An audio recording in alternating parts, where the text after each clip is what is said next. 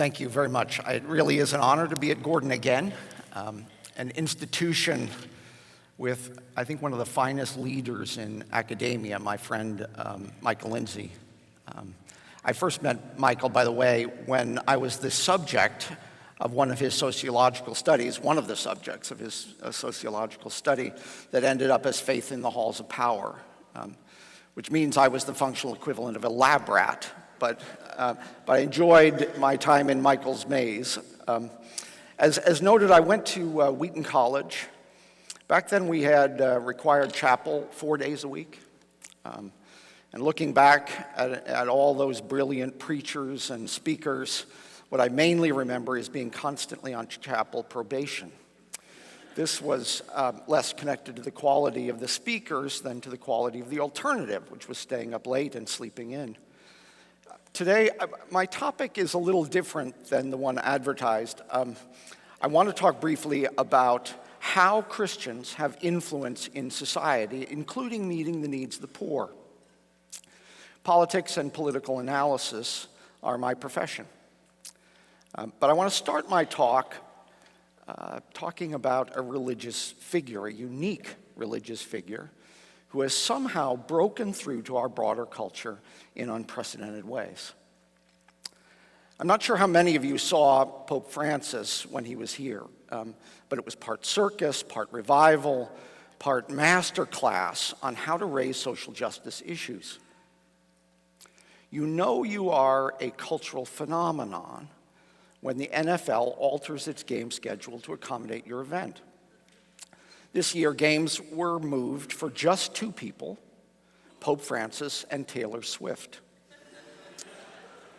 One, a world leader who connects eternal questions to our deepest longings and sets the terms of our cultural debate. The other, the Bishop of Rome.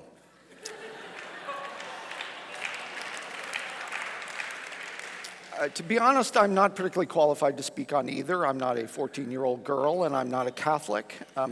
I studied theology at Wheaton College, which, as many of you know, is a religiously conservative place. When I went there, the joke on campus was that the administration had banned premarital sex because it might lead to dancing. But when I went to D.C. as a young Hill staffer, I was searching for a theology or model of social engagement. And I was drawn to Catholic social thought, the most developed modern description of what it means to be a Christian in public life. Now, a lot of eyes have turned to the Pope, Pope Francis. In the political world where I live, everyone wants to claim him as their own. The White House emphasizes the remarkable overlap of agendas, except on life, marriage, and religious liberty. Some conservatives embrace his moral views, while holding a libertarian political philosophy at odds with Catholic social thought at nearly every point. In fact, Catholic social thought stands in judgment to both ideologies in American politics, as you'd expect from a belief that combines moral traditionalism with a robust commitment to social justice. But if Francis does not have a narrow political agenda, it is fair to say he has mad political skills. And this is not a bad thing.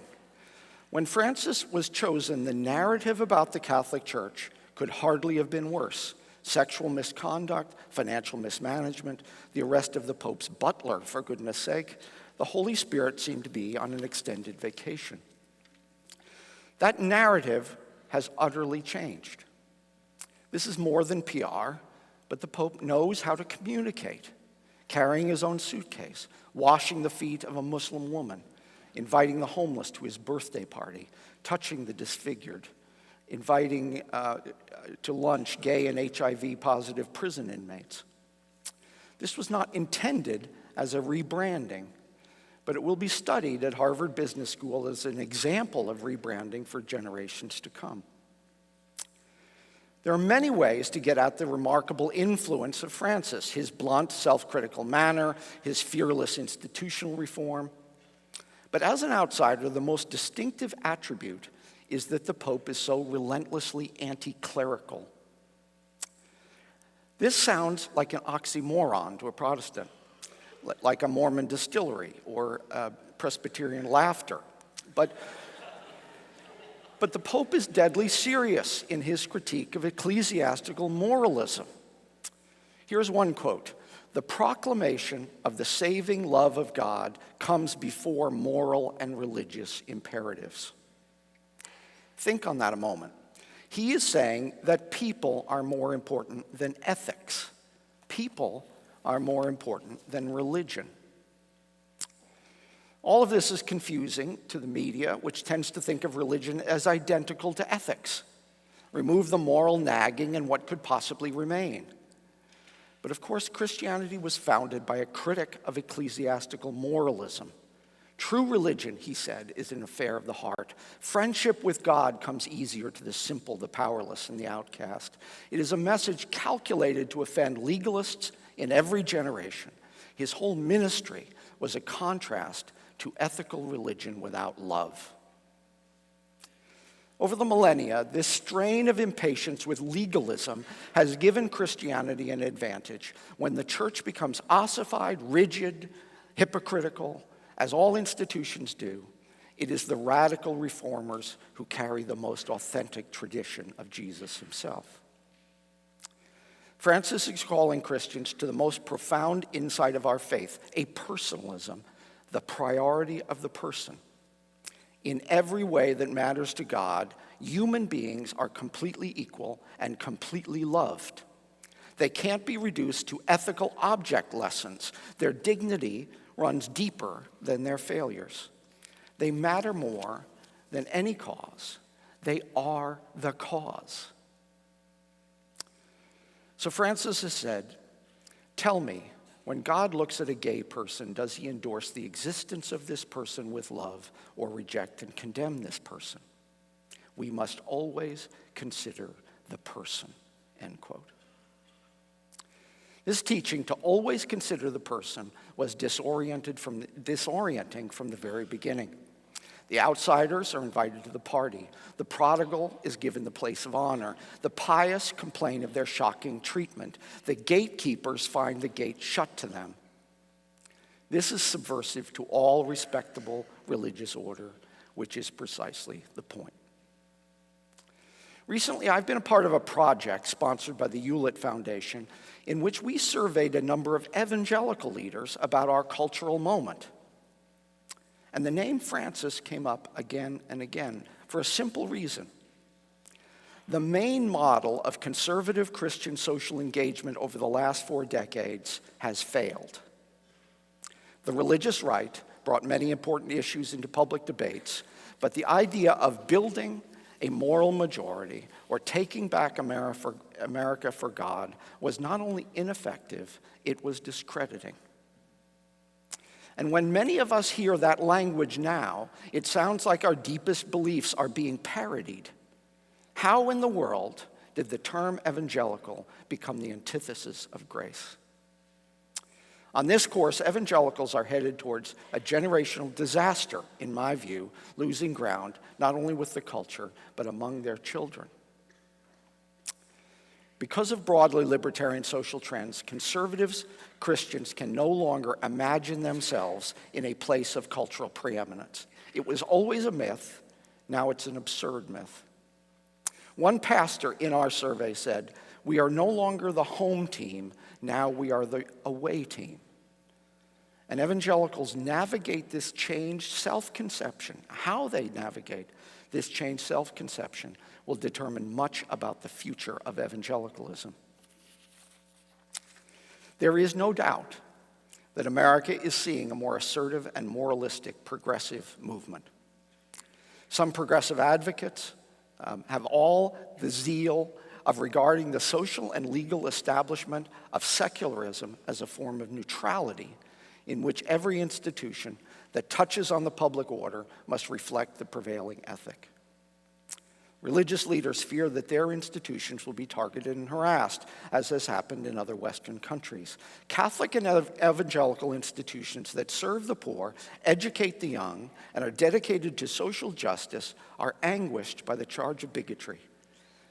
And they are right to defend themselves and to point out their social contributions. Institutional religious liberty, in my view, is vital, not only as a core constitutional right, but also as a way for religious people to model their beliefs without bending to the will of the state. Christians and others have every right to create subcultures in which they live out their faith and transmit their values to their children. And genuine pluralism, guaranteeing institutional liberty, is good for other faiths and the broader society. Healthy religious institutions are sources of conscience, shaping people's conception of justice, as in the abolitionist and civil rights movement. They are also irreplaceable sources of compassion, providing services and comforting people at home, such as Catholic Charities, or serving the poor and sick and refugees abroad, such as World Vision. Scrubbing their influence from public life would dramatically increase the sum of human misery. The main focus of Christian social engagement, however, is not pluralism, it is personalism. We should be known for and distinguished by a belief in the priority of humans defending their rights, well-being, and dignity.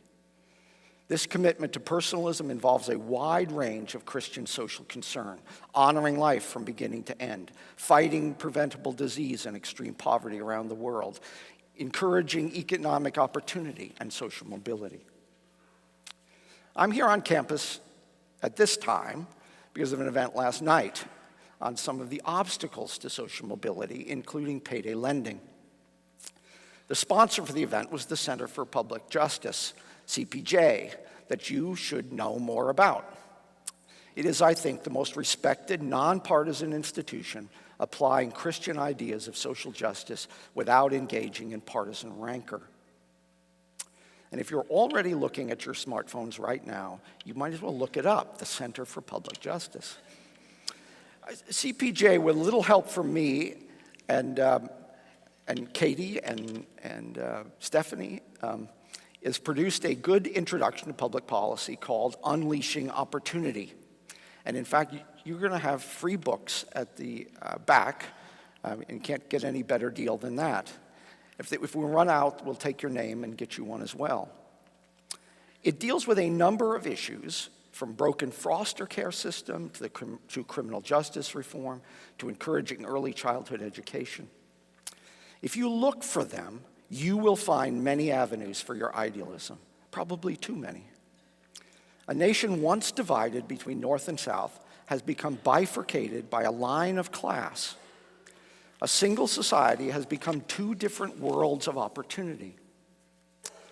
One is the world of the educated and wealthy, where most of you live, characterized by greater family stability, economic prospects, and community cohesion. When you got into trouble as a kid, which I'm sure some of you did, there were tutors and lawyers and psychologists and youth pastors and addiction treatment counselors to care for you. The world of the working class and non-college educated, in contrast, often features economic stagnation, family instability, community breakdown. And when kids get into trouble, sometimes there is no one to respond except police and the juvenile justice system. I'm a conservative, some of you may be progressives, but all of us will deal, either well or poorly, with this economic, social, and moral crisis. In a class-based society where economic advancement is more of a joke than a dream, the most important choice you ever make is who your parents are, which is not a choice at all. This is a good definition of social injustice, massive disadvantage, without doing anything to deserve it. For more information on this challenge, start with Unleashing Opportunity, but also read Robert Putnam's Our Kids. You will not remember this book recommendation 30 years from now, but if you take that recommendation, you will remember reading Our Kids, the best description I have seen of the divided country you will enter and need to heal. It is true that evangelical Christianity has lost some cultural influence over time, particularly on issues of family and sexual ethics. It is a profound societal transition, causing serious legal and political challenges. But if evangelicals are known to the world mainly for the defense of their own ethical views and their own legal rights, they will be one marginal interest group among many. Or they could be known for always considering the person. A little perspective is in order here. During much of the last 2,000 years, Christians have lived in societies that haven't reflected their values, particularly their sexual ethics. It was assumed, certainly by Jesus and his disciples, that resident alien is a natural position for the Christian. And in this circumstance, the Christian calling is not primarily to lecture the world. It is to show a different and better way to live in the world, which includes, as the prophet Jeremiah described it, seeking the welfare of the city where I have sent you into exile. For evangelical Christians, losing some political position does not necessarily mean losing influence. Quite the contrary. Periods of political weakness have often been times when Christians become models of hope and compassion, gaining a different kind of influence. The greatest and most powerful Christian distinctive is not the exercise of power. It is the offer of grace. I believe that Pope Francis is a model of social engagement in the end because he is acting like Jesus, the image of Jesus in the Gospels, the one who brought good tidings to the poor and bound up the brokenhearted and proclaimed freedom to the captives. When people, including modern, cynical, skeptical people, see the image of Jesus, even partially reflected in another human being, it appeals beyond every division. It stirs the deepest longings of the heart. And when the representatives of Christ act like Jesus, true authority and influence return.